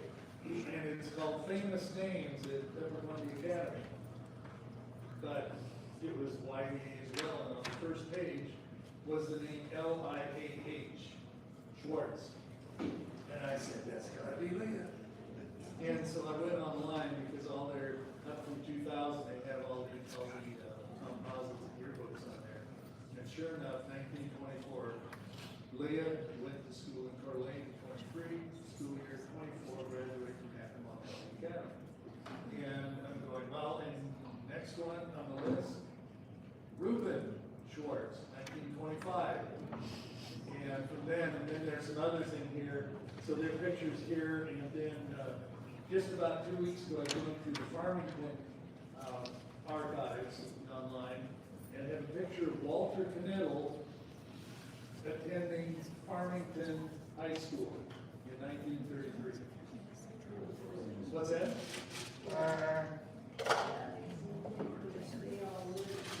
They lived in Farmington that year. Yeah, they lived in Farmington that year. He graduated from Coeur d'Alene High School in 24, or excuse me, 34. And then there is Betty Root here.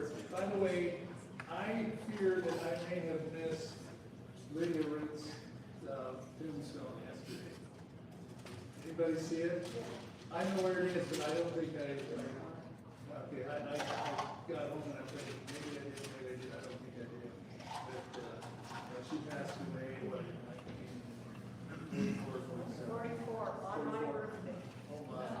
And every time we came to a reunion, her daughters would be like, that's the one. Well, as I was telling people yesterday, when Uncle Julius died, we were in the cemetery there in Mountain View, and the aunts were talking, and our son Mike was probably 2 months old at the time, and the aunt said, there he is, there's Julius, he can replace Julius. And my wife was going, well, that's a nice thought. I hope he's himself too. Anyway, but it's important, along the way to have people that carry on the torch. So these are the composites with pictures of the people I mentioned. And then there's what I put on the screen here. This is times past. I shared this with some people yesterday. There's information about Farmington in here. And then at the end of it are pictures from this area as well, that I've just alluded to, the deeds, etc., properties. Then I came across this, quite by accident, in the library. I was looking for that times past, so we have a copy in there. And I was looking at it, there's got to be a genealogy section in that section. I came across school records for Cooney County. Guess whose names are in there? John Camillus, Carl Schwartz, etc. And you look at this, I have probably six, more than that. I didn't copy all of them, but the names are in there and they're short and middle. By the way, one of them is spelled K-U rather than K-N-I. And my grandpa Carl's name starts with a C and something. And anyway, it's interesting to go through. The last thing here, many of this pictures are good. So we're going to have lunch if it's ready. Are we ready to go? Almost.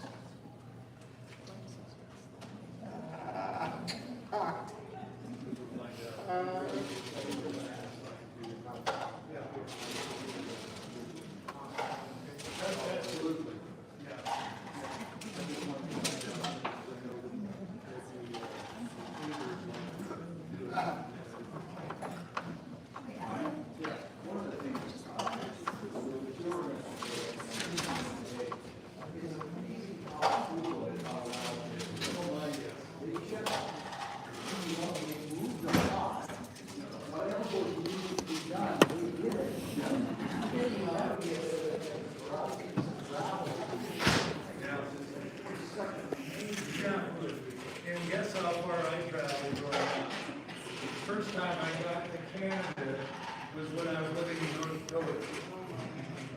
Didn't get any further north than Lancaster until I was in my, well, I was in my, yeah, I was up there.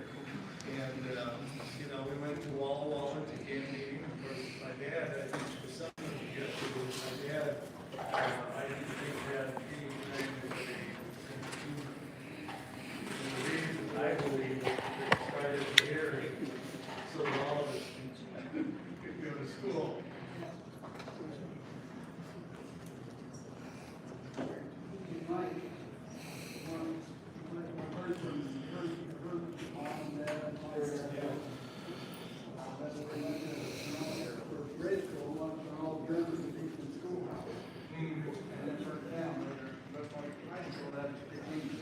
Okay. My dad and her mom and brother and sister, we took a wagon, of course, yeah. And my wife, of course, got me from school and all the way back home, without knowing that I was by the way, I posted on Facebook the Willie's night, a picture of Willie's night. We went to Carl purchased, it was 3-seater, which weren't common. It was, what they say was $1,750 for it, $1,750 for it back then. And, the youngest of us has just been born, well, no. Yeah, she just, Anna was just months old, I think she was 10 months old. But how did they get those 11 people there? Well, guess who had just married 2 years before? Uncle John. So she wasn't there. But they had that 3-seater and they were, you know, going back and forth. They came here and they didn't have a car to begin with. They used train or cars.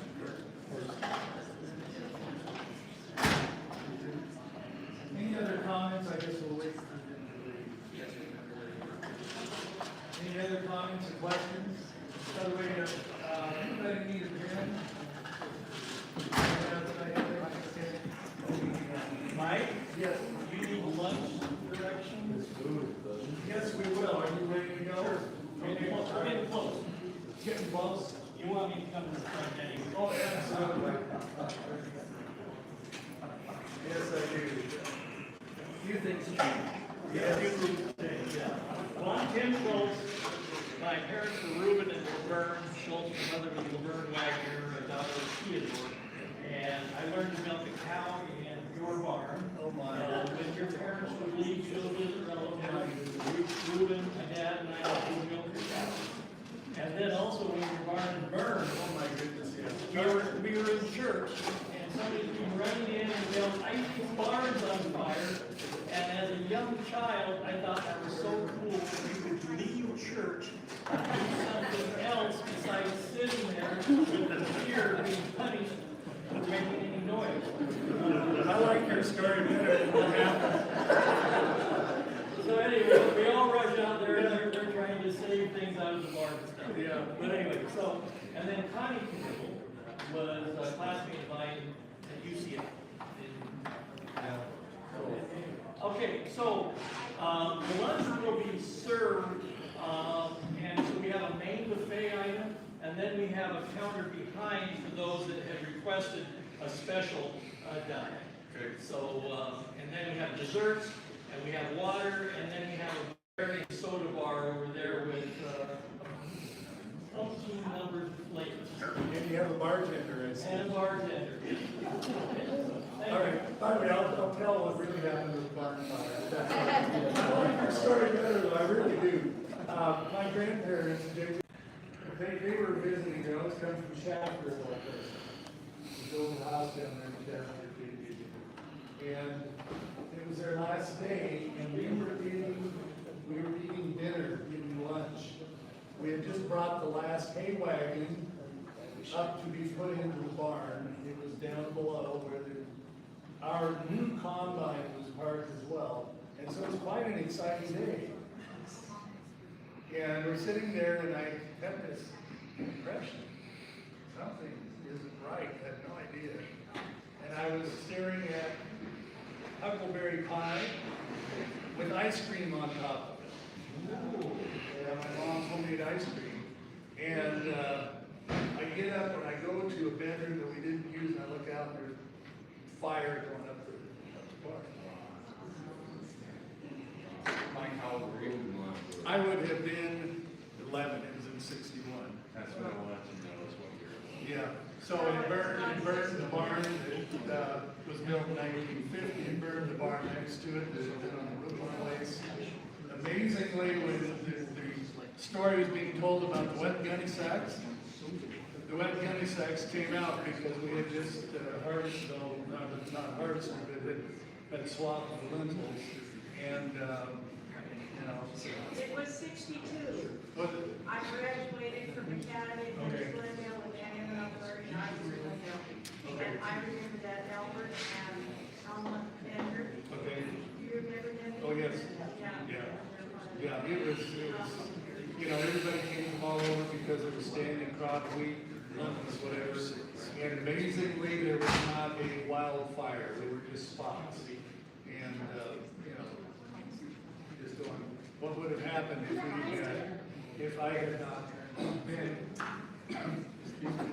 had not been impressed with the work? Because there was diesel and gas right next to all of that. 55-gallon drums, so who knows? Do you know the cost? We don't. We don't know the cause, but we did lose a couple of cows. And then the dairy went away about a year later. We went to Gene Wagner's for, you know, to move the cows over there with the milk. They had a part of it. Anyway, but I like Ben's story better. He tells us better stories than I do.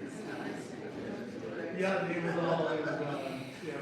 Well, we're ready, and Becky is going to have her blessing. Yeah. Please bow your heads with me, please. Heavenly Father, thank you for this time together, for bringing so many past generations into the same place at the same time. Thank you for the chance to reconnect, to laugh, to share stories, and for all those who have put time and effort into what we're about to eat. Thank you for those who put time and effort into the meeting. We ask that you bless the food of each of us here. Help us to continue to grow individually and collectively as a family. Like a tree planted by waters that continues to grow strong. Thank you for your provision and being our shepherd. Amen.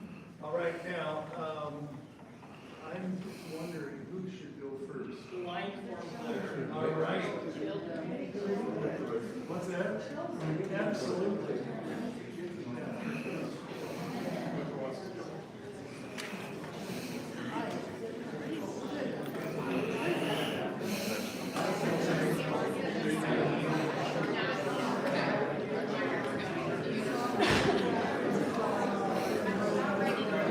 Hey Jaden,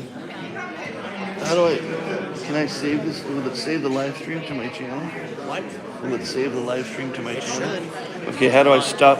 If you turn on DVR. Oh, I hope I did, but maybe I didn't. How do I stop it? I don't know. Do I hit the X? Maybe.